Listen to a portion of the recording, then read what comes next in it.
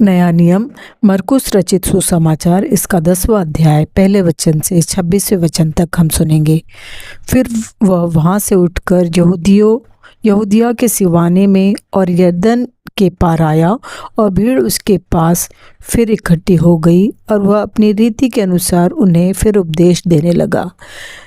तब फरीसियों ने उसके पास आकर उसकी परीक्षा करने को उससे पूछा, क्या यह उचित है कि पुरुष अपनी पत्नी को त्यागे?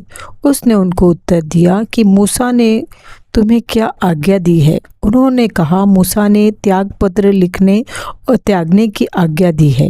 यीशु ने उनसे कहा कि तुम्हारे मन की कठोरता के कारण उसने तुम्हारे लिए यह आज्ञा लिखी है। पर सृष्टि के आरंभ से परमेश्वर ने नर और नारी करके उनको बनाया है। इस कारण मनुष्य अपने माता पिता से अलग होकर अपनी पत्नी के साथ रहेगा और वे दोनों एक तन होंगे।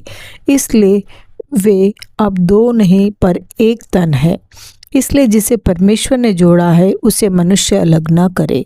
और घर में चेलों ने इसके विषय में उससे फिर पूछा।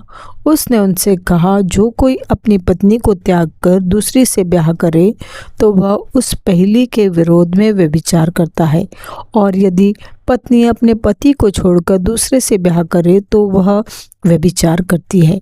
फिर लोग बालकों को उसके पास लाने लगे कि वह उन पर हाथ रखे, पर चेलों ने उनको डांटा। यीशु ने यह देख क्रुद्ध होकर उनसे कहा, बालकों को मेरे पास आने दो और उन्हें मना न करो, क्योंकि परमेश्वर का राज्य ऐसो ही का है। मैं तुमसे सच कहता हूँ कि जो कोई परमेश्वर के राज्य को बालक की नाई ग्रहण न करे वह उसमें कभी प्रवेश करने न पाएगा।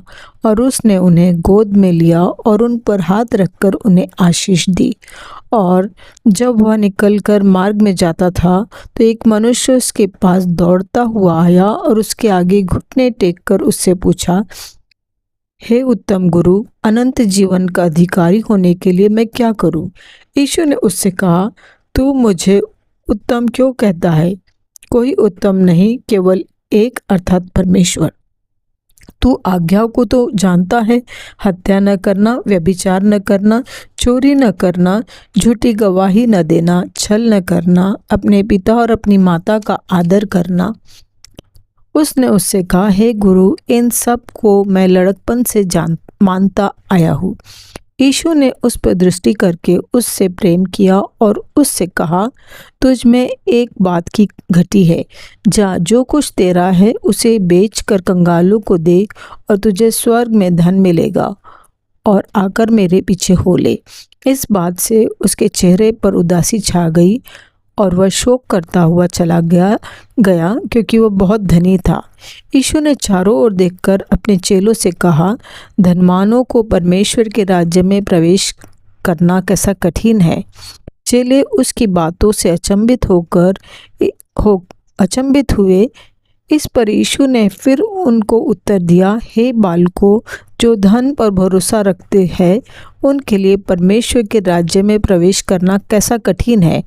परमेश्वर के राज्य में धनवान के प्रवेश करने से ऊँट का सुई के नाके में से निकल जाना सहज है।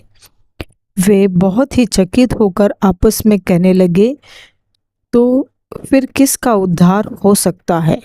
यह परमेश्वर का वचन है। परमेश्वर का धन्यवाद हो।